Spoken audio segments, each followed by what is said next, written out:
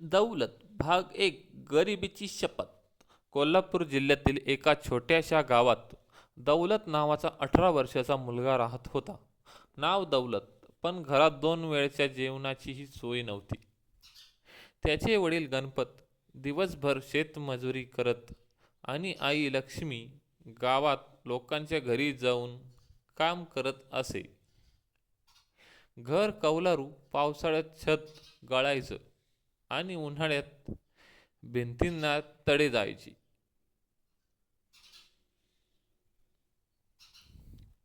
एका रात्री जेवायला फक्त 2च भाकऱ्या होते.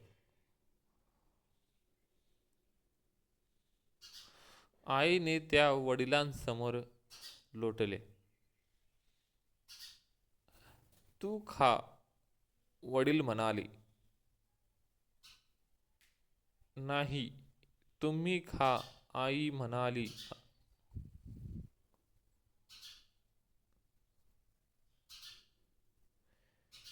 हे सगळे पाहून दौलतला समजलं की दोघेही त्याच्यासाठी उपाशी राहत आहे.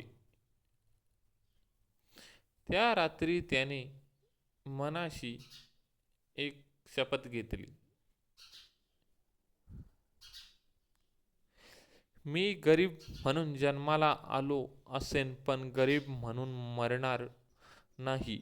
माझ्या आईवडिलांच्या डोळ्यात पुन्हा कधीही अश्रू येऊन देणार नाही.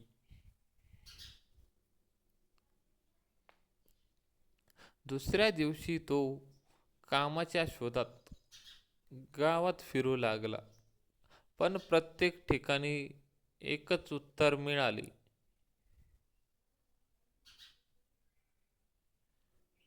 अनुभव नाही, काम नाही. सायंकाळी तो निराश होऊन घरी परतत होता, तेवढ्यात त्याला रस्त्यावर एका चामड्याचं पाकिट दिसलं.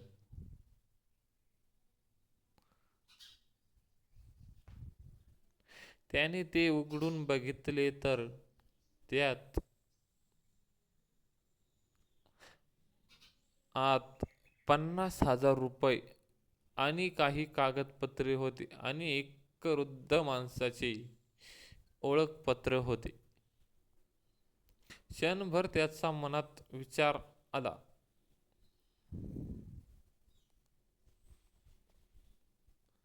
हे पैसे घेऊन तर घरची सगळी अडचण संपेल.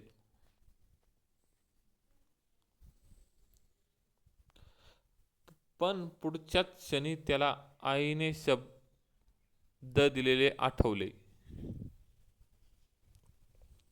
बाळा, भुकेला राहा, पण कधीही दुसऱ्याचा हक्क घेऊ नकोस.